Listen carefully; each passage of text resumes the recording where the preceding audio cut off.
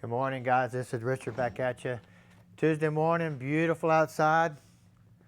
10 o'clock, beautiful outside. We got Mr. Parker's 2016 GMC in the house here, 5.3 motor. He brought it in saying that the torque, it's starting to get a shudder in it. We went and drove it, and you can start to feel the torque converter when it goes in lockup. We're getting a chattering feel. So it's got 95,000 miles on it. Not too bad, really. So, but we're going to get it, take it apart, and do all of our neat updates and stuff like that, build it converter, and make it a really nice unit for him. Now, Teresa, he come all the way from, I believe he comes from Oklahoma, I believe, OK City, right there, Oklahoma. Yep. All the way from Oklahoma. So we're getting a lot of people bringing vehicles from out of town, out of state, pretty much. So. And how are we getting those vehicles back? By answering the phone? By answering the phone. And they're scheduling, right? And they're scheduling, okay. Yes. A lot of people don't think we answer the phone, but guys, believe me, when you get as many calls as we do a day, she's on the phone, people are calling just constantly, and she can only do so many a day. So, and then plus we got work we got to do too. So, but anyway. I just wanted to bring that to everybody's attention. A lot of people say, oh, they don't answer their phone, but guys, when you got 200 calls a day, we're answering our phone. We got our rear seal out. This is a two-wheel drive, 6L80 tranny.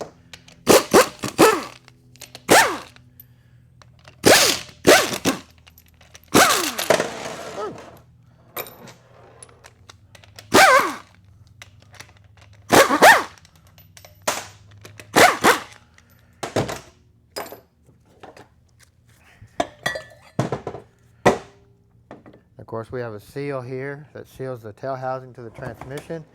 And we also have a seal here to seal the drive shaft yoke, right there.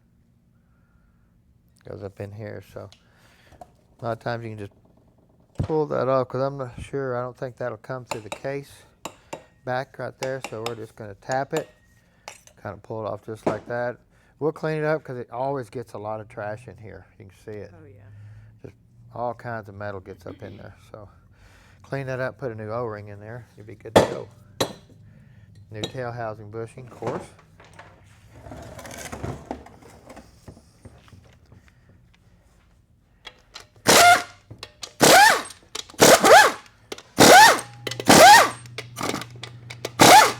We're going to get a few of these bell housing bolts out of there real quick before I flip it over. Do it like that.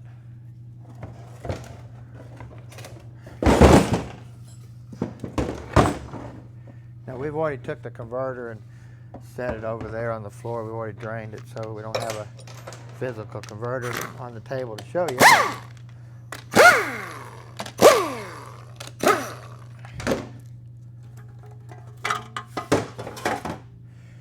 But here we go. Here we've got the metal and stuff like that. So we definitely got something going on inside. Our filter's just totally plugged up. You can see that thing is just totally plugged up. It's got a little bit of a smell to it. Yes, it does, definitely. Oh, you can't smell it. No, I was just taking your word for it. Yeah. I was just taking your word for it, Teresa. Let's get our retainer out of there. We're going to unplug this. Come on, there we go. I want to keep that because we always want to put it back in. It's a little plastic lock. Okay, you want to hang on to that. Basically, I just unplugged our neutral safety switch there. Let's see what we got going here. Get our detail off of it.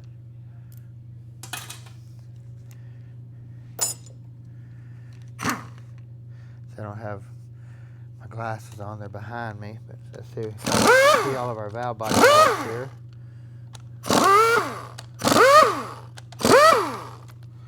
So I think that's going to be it. I'm going to leave that one until I get our linkage disconnected. What we're going to do is squeeze this right here and pull up on it. That'll unlock our connector right here. You kind of just tap on it a little bit, get you some pliers and just kind of wiggle it out like that. They sell a tool, but you don't need a tool. There's actually 3 seals on this. You got a square cut seal here, and you got 2 round cut seals towards the front of it here, like that. So there's multiple seals to keep that from leaking.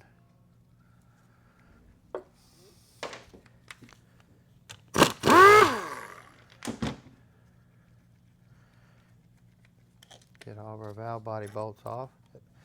Hold it to the case. These things are like 5 miles long. All of them are the same. They take a number 10 torque socket, inverted torques, I guess you'd call that.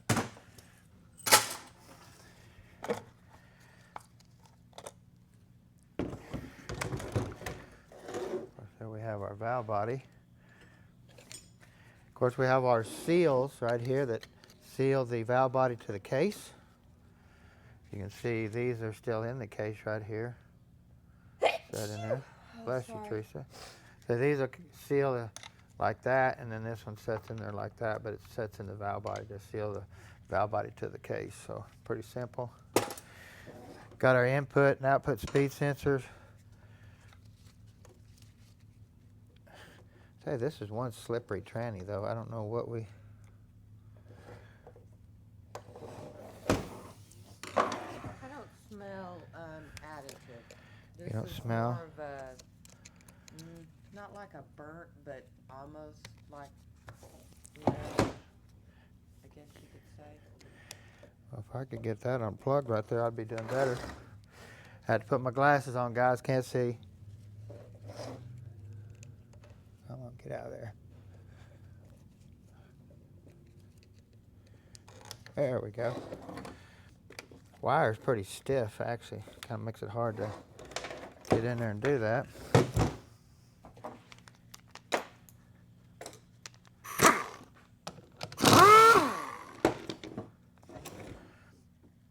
There's our park neutral reverse switch here. This actually sets down in there, so when you put it back, you have to line it up with this here so it'll move back and forth with it.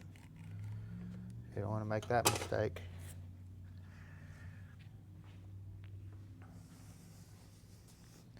Kind of throw a rag here, just kind of throw my bolts on. Okay, we got a bunch of 10s.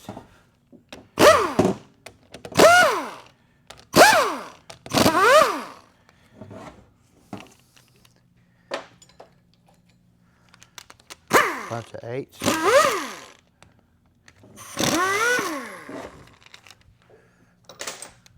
Another 10 here. And then we have a bunch of 7s.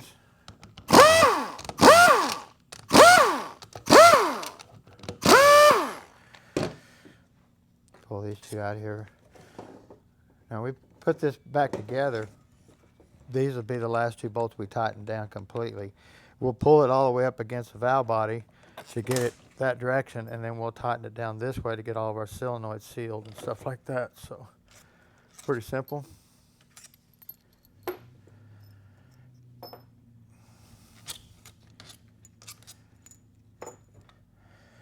Now this is what we call as our Tecum, our computer. It's got all of our solenoids and stuff in it. Now this is rebuildable. Your kit will come with all new seals for your pillow switches and stuff here. You got a filter here that you can replace. And it's got a lot of. Yeah, you can see the metal starting to get in here. Yep. So once they get really contaminated, we just replace the whole piece because you just can't get it cleaned good enough.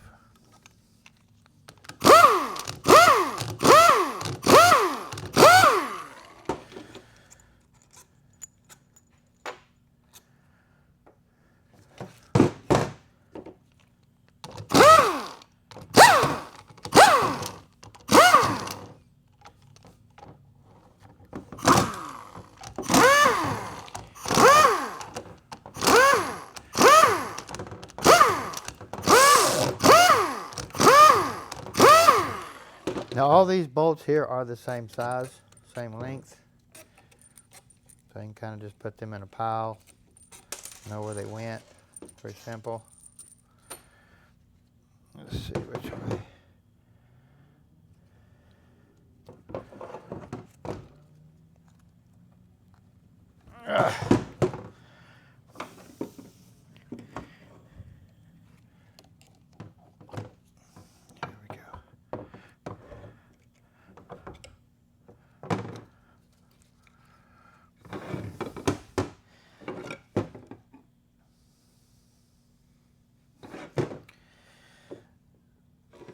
Like I said, we have 2 transgo kits that we're going to be putting in here. Placing a lot of the valves and stuff in here. Not got a lot of metal contamination in there. But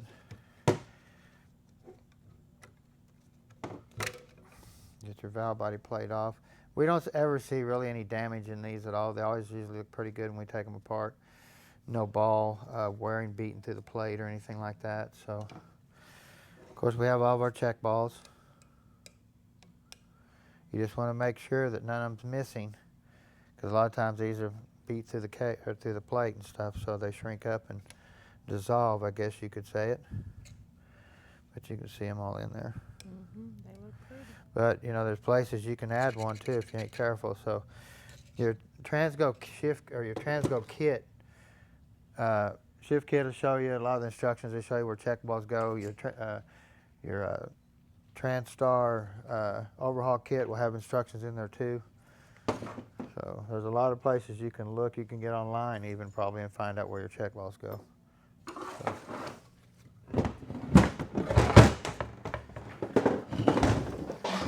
Oh, the filter went down in there. Okay, well it's still floating. That's pretty good. Is that pretty good? Yeah. So we're saving all of our oil. Winter's not over yet, but we still have to, I'd like to get about 8-10 barrels filled. That way we have enough oil to go through everything, or go through the whole winter. Actually, there's Don at Panhandle Performance Engines called me and said that he's got a few barrels out there for me to come and get, so we need to go out there and get those. We have our lockup O-ring right here. You don't want to forget taking this off, because then you'll never be able to pull the bell housing off. So you can see that's green in color. But it's No green on the outside of it, is there?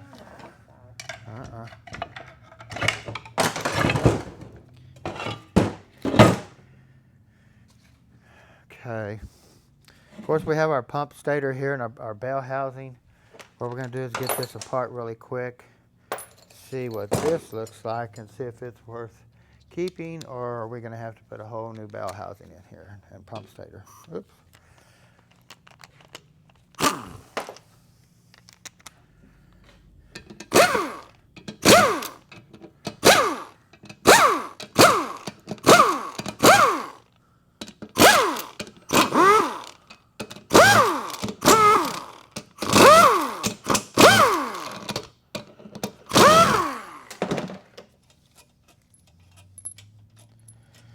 I say a lot of the metal comes out of the converter when we have a converter failure, and it goes right through here and just wipes all this out. 90% of the time we have to put something in here to repair it. So actually looks pretty good right here. Not too shabby. We're going to get down in here and look in here, see what type of wear we have. Got quite a bit of wear down in here though. oh, it does. Yeah. Get our pump slide spring out.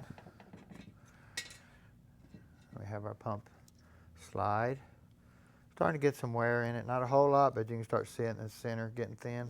The bluing's starting to come off. A lot of times when you start seeing that, we start getting erratic pump pressure, high pump pressure, spikes, all kinds of stuff. You can see your slide pin, the spring's attached to the end of it. Like we talked about yesterday. Yep. So the 4060Es, the spring just is separate. This here unclips, clips onto the new pin. With the other one, it just falls completely off. But you can see definitely a lot of wear right here. Oh, yeah. You can grab all that. So definitely need a new bell housing for sure. The pump stator, now we don't mismatch. We won't put if this is good, 90% of the time the boost valve area is wore plumb out. So this almost looks like it's had a valve put in here before.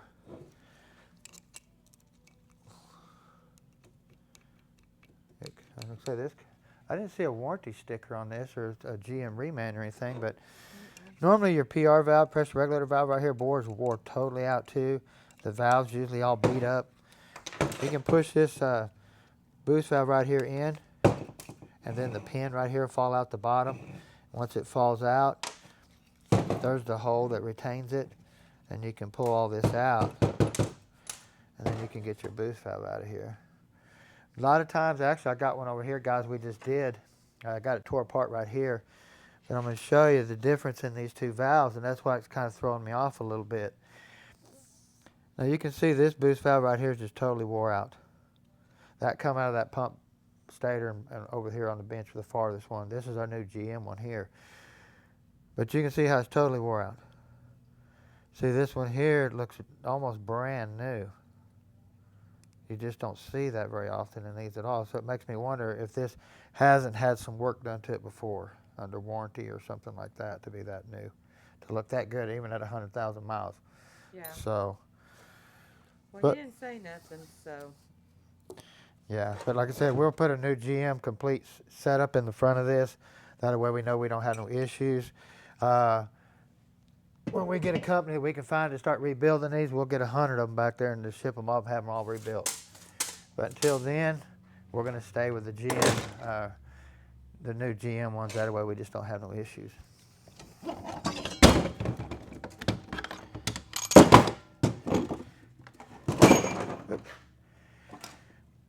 And we have our third, fifth, and reverse clutch here on the top. And look at it, see what it looks like.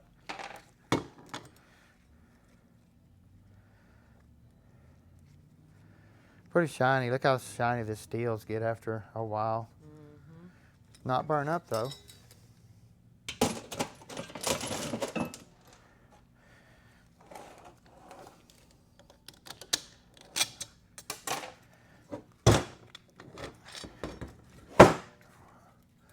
And we have these clutches here.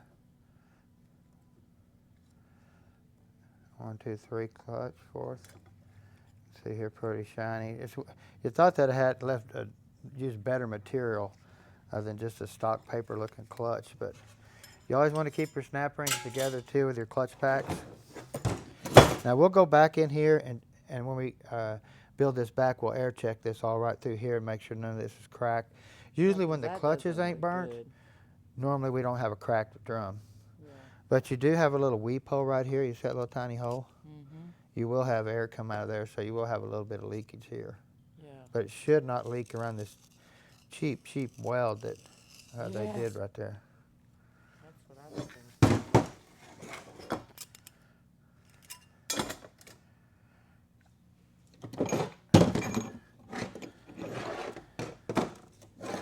Of course, we have our planetary here. Now, since this is a 6L80, it's just a 4-pinion. You want to look at it really good for any pitting or anything like that. Look at your sun gear, definitely on both sides. And we have a thrust washer down in here and a bearing. So we have 2 objects down in here that go with this planetary. And then we have our 4, 5, 6 clutch down in here. Normally we see these pretty much cooked, but might get lucky on this one here.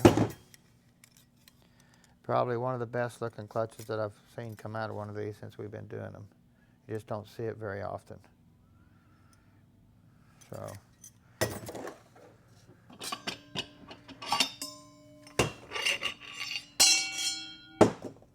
Got our 4, 5, 6 hub. We also have a bearing down in here.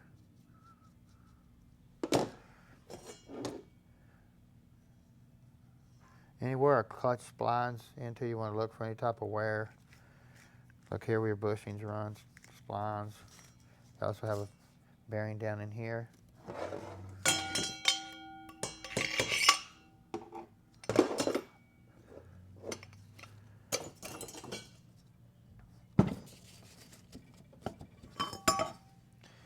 And we have another shell here. Same way, you want to look here for any type of wear. You can see where the clutches are starting to put indentions in here. Mm-hmm. This one's starting to get pretty wore down here on the bottom. Yeah. So we'll be looking for definitely another one of them. The other one looked pretty good. Probably need to harden this in a little harder so it won't do that.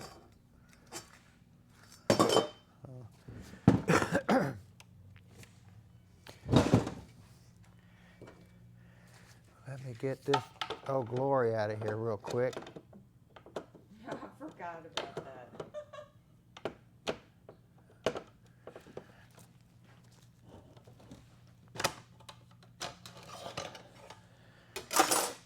That is a doozy.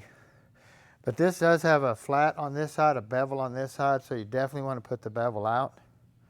And you always want to put your tips in non-opened areas. So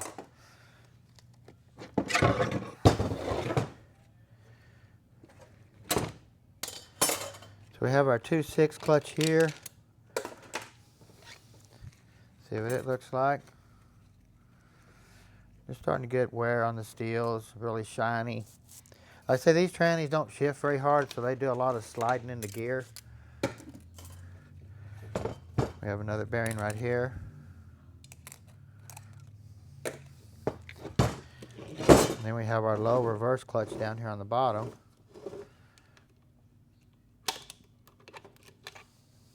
Trent really likes doing these trannies here too. They're not too bad to do as long as you pay attention.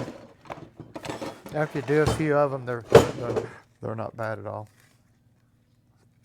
See, low reverse clutch. Starting to get a little dark. Excuse me. We have our lower sprag assembly down in here.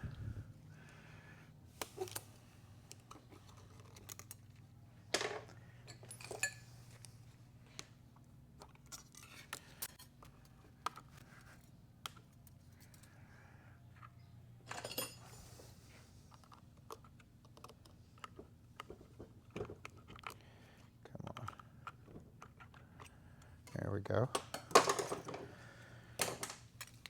I just have to compress this to pull this all the way out, but you can see there's actually two sprags down in here, side by side, two great big ones.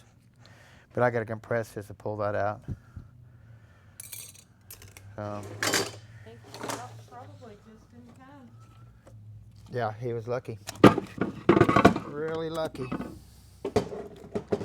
Like I said, a lot of people do. They start feeling something, they get it in really quick and get it fixed. But then there's a lot of people that think, well, I got to get to payday a month down the road, and they just drive them till there's nothing left. So we have bearings down in here. We have a bushing down in here. We have another bearing down in here for the bottom of the case. So mainly we clean all the metal down in here. This one doesn't come apart like the 90s do, where they really get a lot of metal trapped inside of them. So you just want to be really careful. Of course, we have another bearing here. Sits in there like this. Just look at your planet really good on all your gears. Make sure there's no pitting, anything like that. We very seldom have to replace these planets. I mean, you got to know what you're looking at, though. Because like I say, you start getting wear, you can be in trouble. The main thing is you got to be able to identify something that's bad by looking at it. If you can't do that, then you don't need to be building trannies, because there's so many pieces that you have to look at to verify if they're good or not. So that's the number one thing, to be able to verify looking at a part and tell if it's bad or not, because you don't want to put a bad part back in there, do you, Teresa? No, you do not. You sure do not, because we do not like comebacks, that's for dang sure. But anyway, guys, I'm out of breath. You out of breath, Teresa? No. No? Does this smell bad? A little bit. Just a little bit? Not But as bad as what we've had. that, not like that one yesterday, huh? That was really, really bad, huh? Well, Teresa, you know, we just love you to death, and thank you for videoing it. That helps out a ton. You know that, right? Yeah. It does. But guys, don't forget to subscribe. Push that notification bell. Another 6 speed down the road. Have a great day.